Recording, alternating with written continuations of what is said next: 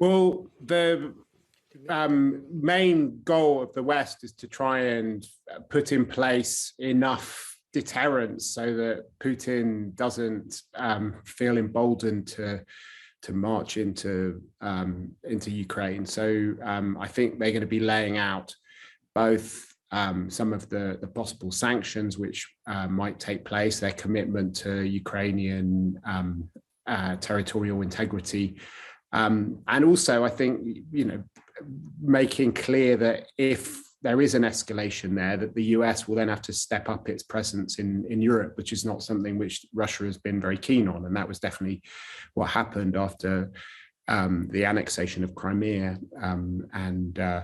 The question really is whether that's going to be enough to deter any kind of intervention. I think it's sort of unlikely that at this stage that Russia is going to necessarily go all the way to Kiev, but there is, quite a complicated, multi-dimensional game being played by the Russian government, using all sorts of different measures to put pressure and to destabilize the government in Ukraine. It's now linked to various other theaters, including what's happening on the Polish-Belarusian border and gas.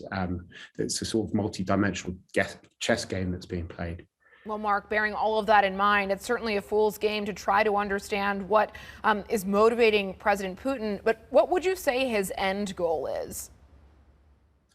Well, his end goal is to try to stay in power in Russia, to maintain his credibility, and to stop the West from encroaching on what he sees as a traditional Russian sphere of interest. What happened with the annexation of Crimea was that he was terrified of losing Ukraine when Yanukovych had overplayed his hand, and thousands of people took to the streets to demonstrate against the idea of Ukraine not signing its association agreement with the European Union. And he had domestic problems at that time as well. There were protesters in Russia, so he used the situation in Ukraine both to try and push back against Ukraine's westward drift, but also to rally the troops, or at least to rally the population behind him within Russia.